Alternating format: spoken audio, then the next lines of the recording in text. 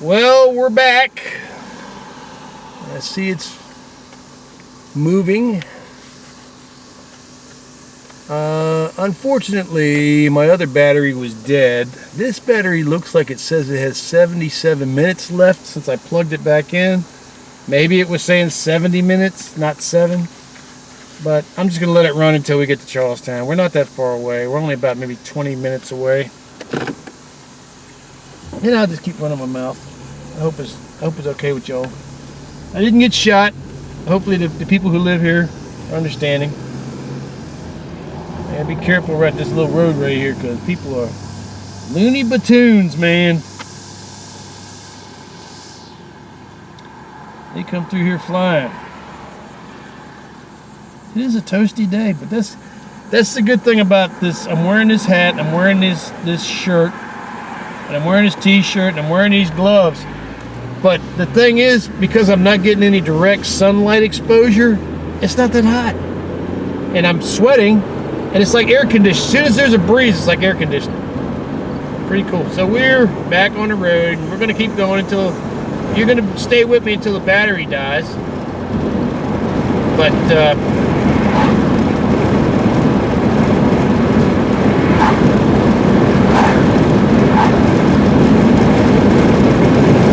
hopefully don't die. I guess I'll go in the front way so you can see the front entrance of Charlestown. Because the back way, you don't see anything. This is a quick way. This is the best way in. Is to go past the exit for Charlestown and go down to this other road that's right, if you're heading, I guess it's 340 we're on. And if you're heading, I think we're heading north, but there's a road, you go past the exit from Charlestown, there's a road right after that. You take a right on that road, go up to the intersection, take another right, it brings you right to Charlestown. You go to a roundabout, you go around a roundabout, and just keep going straight, man, you go right to the track. No lights, no nothing. Now, I came through here I guess it's been about 8-9 months ago, whatever. And there was a farm on the right hand side here that must have racing horses, because those horses were some of the most beautiful horses I've ever seen. Now on the left hand side here, which you can't really see it, but here, I'm gonna do it like that. This whole field used to be nothing but apple trees. When I was growing up, my dad and I came up here, this whole field was filled with apple trees. And they cut them all down, and now they do like beans and stuff. But I'll never forget that sight, because my young eyes, I could see all them apples hanging off of them trees. I was like my dad, we sort of joked one time about getting shot by the farmer by pulling over the side of the road and jumping over the fence and getting us a couple of free apples, you know. And there's a whole field of corn there. And this road right here is, this city right here is, not Brentsville. What the hell is the name of this place? God darn it. I know the name of this town, I just can't remember it. Derp. That poor old raccoon didn't make it. Poor little guy. Well, they got something going on in town here. Berryville. This is Berryville. Berryville, Virginia. Another nice little town, but definitely, this is definitely a speed trap zone. And the speed limit is 25, and they mean the speed limit is 25. They don't mean 35, they don't mean 45, they mean 25. And I've never had a ticket here, but I've never tried to get a ticket here. I've always realized, if you're driving through this town, you should make your best effort. As a matter of fact, I'm gonna kick it down into drive 3. That'll kick it out of overdrive. Hey, look, they got the veterans. Very cool, man. James Fogarty, Randolph S. Brooks. Jared H. McDonald. James H.B. Smith. Much respect, sirs. Thank you for your service and your sacrifice. William B. Claggett. Charles Lee Burwell.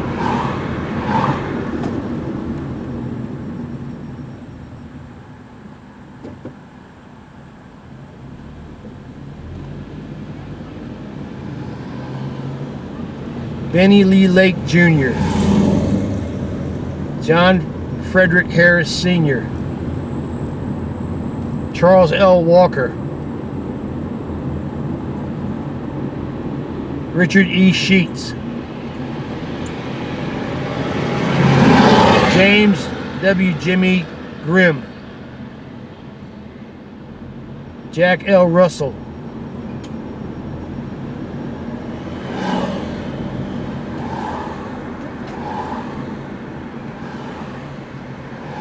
So this is the first time I've ever seen this. They got a car show. Very cool. Very, very cool.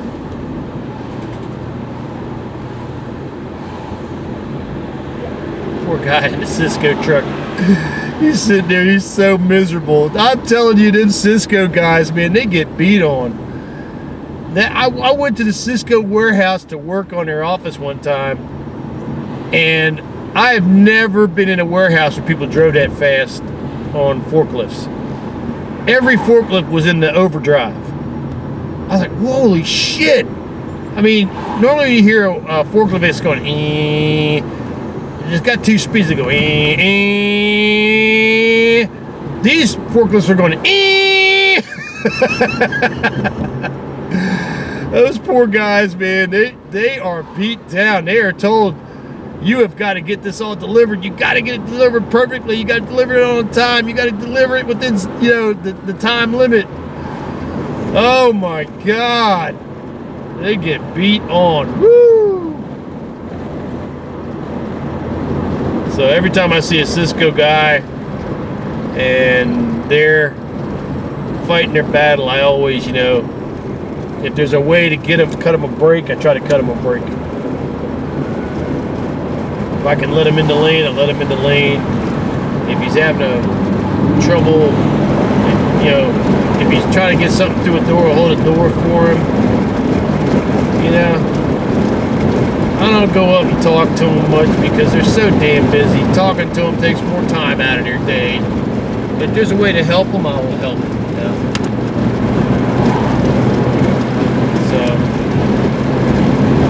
We're all getting, pushed to work as fast, as hard, as perfect as we can, No loss, no loss, no loss. And the benefit of that is, for example, I just got some trash can lids that got shipped to me, and the box looked really good. And it was shipped to me in 2 days. Came in, bang, it was wonderful. Get over in the right lane here. About to go upside down here.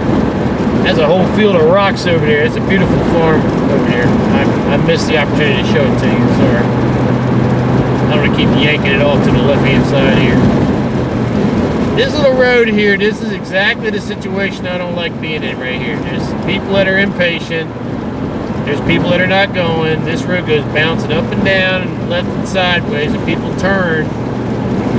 And you just got to kind of back off here and let these people do their little thing. And there was a time when I'd come through here and I'd be humming. I'd be rolling. But them times have passed. I gotta have my license. I gotta have my license.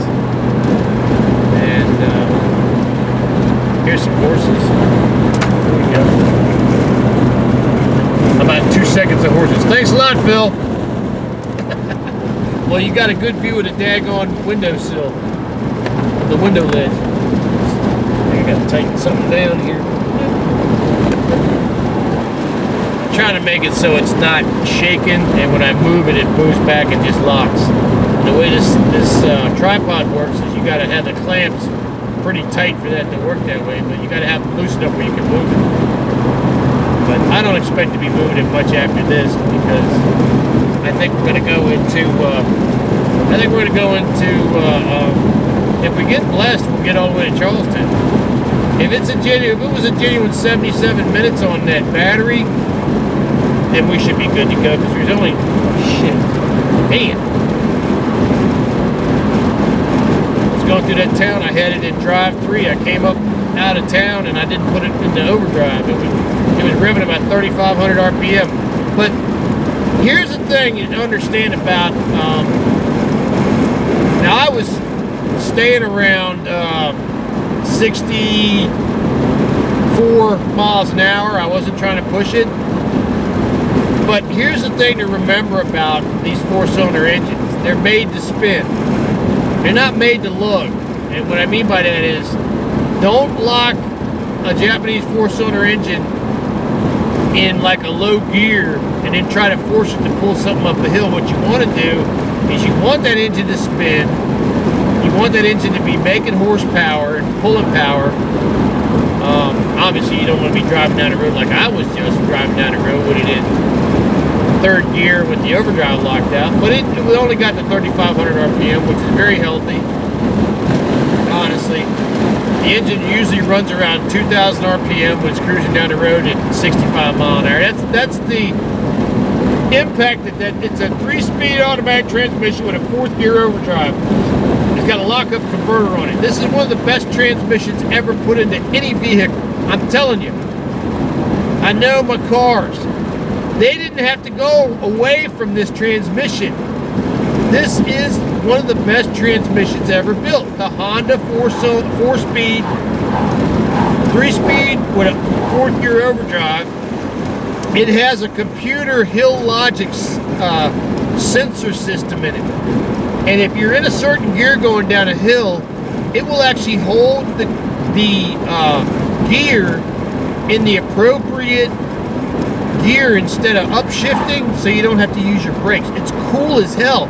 When I'm going down a hill, say in a 40 mile an hour zone, and it senses that the hill's got a pretty good hill going at it, and I'm not feeding it gas, accelerating, it will actually hold the gear. And it'll give you engine braking going down a hill. And it's a geniusly built car. And this car was built in America, with some Japanese parts, but it was built in America, in Marysville, Ohio, by Americans. And in 2003, it's an outstanding automobile. And I actually thought, when I get another car, I might get one just like it. I might get a 2007. The last year that they made the car of this model, before they changed it, so that the parts will interchange. So if I want to put, these tires and rims on that car, I can do that. But I've worked on this car. I've changed the thermostat, which comes in a housing. It comes in its own housing. I didn't really need to. I did have a situation with this car that happened at about, I don't want to say 90,000 miles, where the reading on the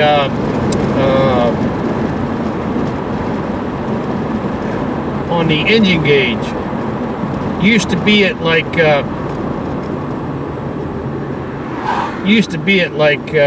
say 9:30. If you're looking at a clock, is it like it? Well, I mean, let's say it was like at pointing at between 9 and 10 on a clock, and then it went to pointing between